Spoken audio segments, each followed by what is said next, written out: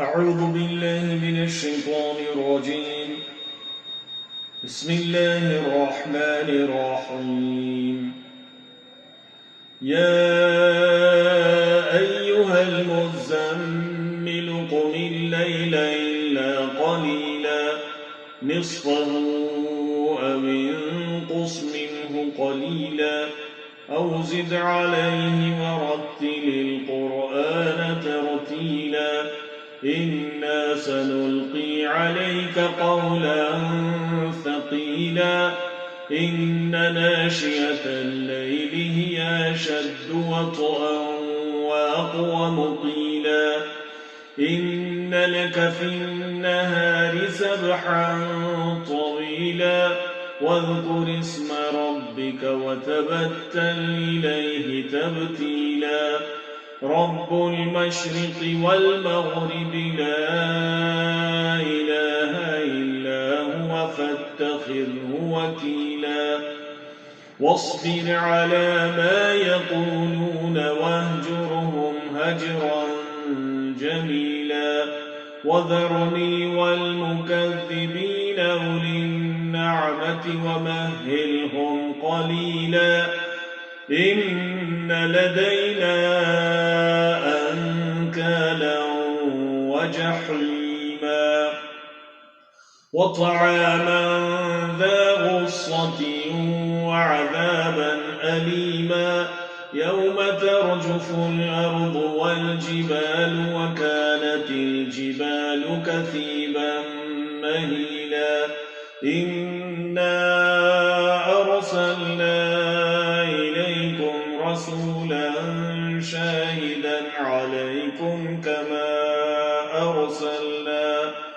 كما أرسلنا إلى فرعون رسولا فعصى فرعون الرسول فأخذناه أخذا وبيلا فكيف تتقون إن كفرتم يوما يجعل الولدان شيبا السماء منفطر به كان وعده مفعولا إن هذه تذكرة فمن شاء اتخذ إلى ربه سبيلا